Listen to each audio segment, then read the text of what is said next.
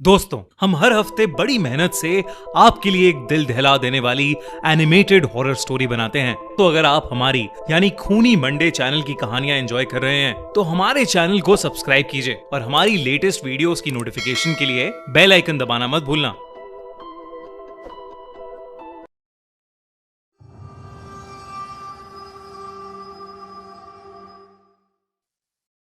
साया।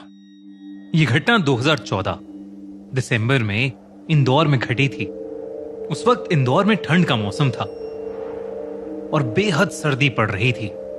रश्मि अपनी कॉलेज की लाइब्रेरी में बैठकर पढ़ाई कर रही थी कि तभी उसकी मां का फोन आया और उन्होंने उसे बताया कि उसके भाई दीपक का एक्सीडेंट हो गया है। उन्होंने फोन पर कहा कि दीपक की बाइक एक गाड़ी से टकरा गई है और वो बहुत जख्मी हालत में है। रश्मि की मां ने उसे फौरन हॉस्पिटल बुला लिया। जिस हॉस्पिटल में रश्मि का भाई दीपक एडमिट था वो रश्मि के कॉलेज से बस कुछ ही मिनट की दूरी पर था। वो बिना कुछ सोचे घबराई हुई हॉस्पिटल के लिए निकल पड़ी। आईसीयू रूम के बाहर रश्मि के परिवार वाले मुंह लटकाए बैठे थे। दीपक की हालत बहुत सीरियस थी, पर कुछ घंटों बाद जब डॉक्टर बाहर आए तो उन्होंने उसके परिवार वालों को बताया कि दीपक अब खतरे से बाहर आ चुका है। लेकिन होश आने पर दीपक की दर्द की चीखें हॉस्पिटल के सारे पेशेंट सुन पा रहे थे। जब दीपक को हॉस्पिटल के दूसरे रूम में शिफ्ट किया तो रश्मि उसको देखने के लिए उसके रूम में गई। रश्मि को देखते ही दीपक अचानक से गाना गुनगुनाने लगा। रश्मि चेहरे पर मुस्कान लिए चुपचाप उसके साथ की सीट पर जाकर बैठ गई। उसके एक्सीडेंट के बारे में पूछने पर दीपक ने कोई जवाब नहीं दिया। ऐसा लग रहा था जैसे उसको कुछ पता ही नहीं था। इतनी बात ही हुई थी कि दीपक जो कुछ घंटे पहले दर्द में चीख रहा था बिस्तर से उठकर हॉस्पिटल रूम की खिड़की की तरफ लंगड़ाते हुए चलने लगा।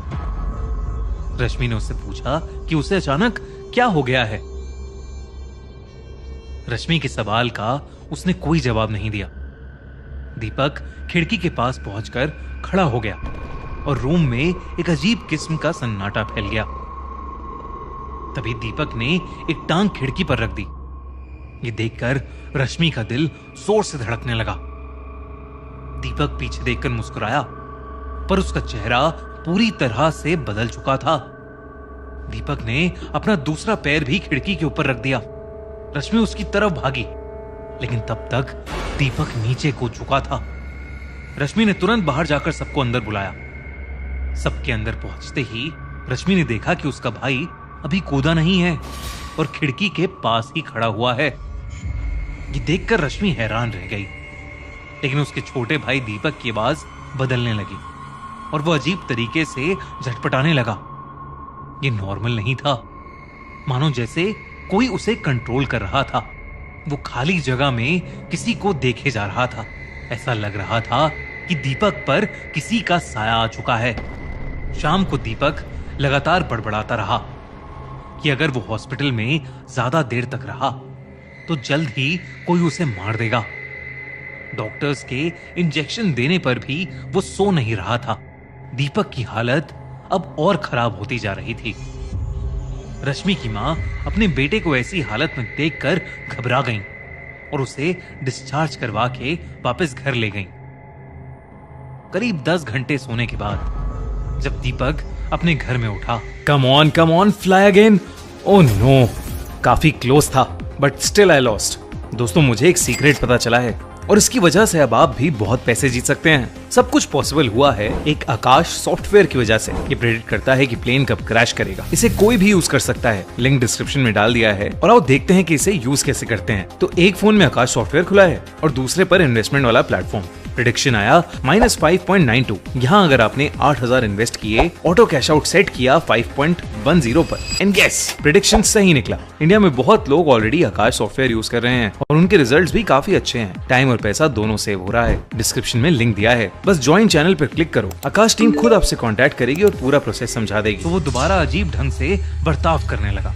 वो घंटों रूम की खिड़की के बाहर बैठकर रोते हुए किसी को देखे जा रहा था। रश्मि ने उससे पूछना चाहा कि वो किसे देख रहा है। दीपक ने गिरते हुए आंसुओं के साथ अपनी उंगली से एक जगह इशारा करके दिखाया। उसकी उंगली के सामने उनकी मां खड़ी थी। दीपक का हाथ अपनी तरफ देखकर उसकी मां भी डर गई, पर यह किसी को नहीं पता था कि दीपक अपनी मां के पीछे की तरफ इशारा कर रहा था। दीपक को अपनी मां के पीछे किसी औरत का साया नजर आ रहा था। वो धीरे से रश्मि के कान में बोला कि वो मुझे लेने आई है। ये सुनकर रश्मि के रोंगटे खड़े हो गए। तभी अचानक दीपक वहां से उठा और भागकर किचन के सिंक के नीचे जाकर बैठ गया। किचन के अंधेरे में वो जोर जोर से हंसने लगा। रश्मि भी उसके पीछे पीछे गई और उसने घबराते हुए अपने भाई से पूछना शुरू कर दिया कि वो किसके बारे में बात कर रहा है और इतने अजीब ढंग से क्यों हंस रहा है। दीपक ने धीरे से कहा, मैं नहीं हंस रहा, वो हंस रही है। पूरा परिवार ये सुन रहा था। सब बेहद डर गए थे। दीपक की मां ने उसे नींद की गोली दी और अपने साथ ही सुला लिया। उस रात रश्मि भी अपनी मां के बेडरूम में ही सो रही थी। आधी रात रश्मि की नींद अचानक ही खुल गई। धीरे से उसे अपने पैर पर किसी के हाथ महसूस हुए। कोई उसके पैर रस्सी से बांध रहा था। वो कोई और नहीं बल्कि दीपक ही था। रश्मि कैसे न कैसे करके खुद को छुड़ाने की कोशिश करने लगी, लेकिन तभी रश्मि ने देखा दीपक की आंखों का रंग लाल पड़ने लगा था। ऐसा लग रहा था कि जैसे दीपक की नीली आंखें रात के अंधेरे में चमक रही हों। दीपक रश्मि के बगल में आकर लेट गया और उसे घूरने लगा। रश्मि को उसका छोटा भाई बहुत डरावना लग रहा था। तभी उसके भाई ने रश्मि के बाल पकड़ लिए और उन्हें जोर से खींचने लगा। दर्द के मारे पल भर के लिए रश्मि की आंखें बंद हो गईं। जब उसने आंखें खोली तो दीपक कमरे में नहीं था और रश्मि के पैर भी खुले हुए थे। उसे लगा कि शायद उसने कोई बुरा सपना देखा है, लेकिन जैसे ही उसने करवट ली, उसका खून सर से पैरों में भाग गया। उसने एक औरत को अपने बगल में लेटा हुआ देखा। पूरे कमरे में शांति थी, पर रश्मि की एक चीख ने सबको नींद से उठा दिया। रश्मि ने जब अपने माँ बाप को बताया कि उसके साथ क्या हुआ है, तो वो सुन पड़ गए। तभी उनके घर की छत से दीपक के चीखने की आवाजें आने लगी। तीनों ने छत पर जाकर देखा तो दीपक खुद से ही रात में बातें कर रहा था। रश्मि और अपने पेरेंट्स को देखते ही दीपक उनकी तरफ मुड़ा और उन्हें देखकर एक अजीब ढंग से मुस्कुराया। उसने हंसते हुए एक अजीब सी आवाज में रश्मि से पूछा कि उसके पैर अब कैसे हैं और क्या वो भी रात में प्रिया से मिली। ये सब सुनकर रश्मि सहम गई और सबके सामने उसका रोना छूट गया। तभी दीपक बहुत गुस्से में आ गया। उसके चेहरे ने एक भयानक रूप ले लिया था।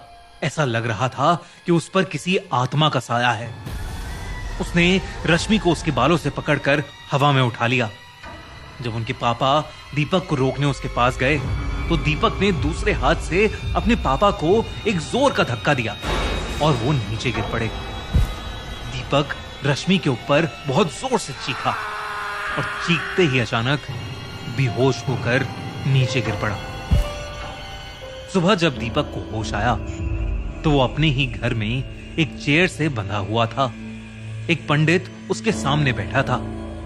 पंडित ने दीपक को देखकर बताया कि एक्सीडेंट की जगह से दीपक के साथ कोई और भी वापस आया था, एक औरत जो उसी रोड पर मर गई थी। अब सबको समझ आने लगा था दीपक जिस प्रिया की बात कर रहा था, शायद वो वही औरत थी जिसकी एक्सीडेंट में मौत हुई थी। पंडित ने कहा कि उन्होंने पूजा करके दीपक के अंदर से उस लड़की की आत्मा को मुक्त कर दिया है। उसके बाद पंडित की सलाह मानकर दीपक को हॉस्पिटल में फिर से एडमिट कराया गया। कुछ दिनों बाद दीपक बेहतर महसूस करने लगा, लेकिन तब भी उसकी अजीब हरकतें बंद नहीं हुई। आखिर में दीपक के परिवार वालों ने एक नए शहर में एक नए घर में शिफ्ट किया। जब दीपक नई जगह आया तो वो धीरे धीरे नॉर्मल होने लगा और अब वो बिल्कुल ठीक है। लिंक डिस्क्रिप्शन में है। Click and don't miss your chance. इस सॉफ्टवेयर के साथ आप हीरो बन सकते हैं अपने ड्रीम्स के। अगर आपको ये वीडियो अच्छी लगी तो हमारा चैनल खूनी मंडे सब्सक्राइब करना बिल्कुल मत भूलना।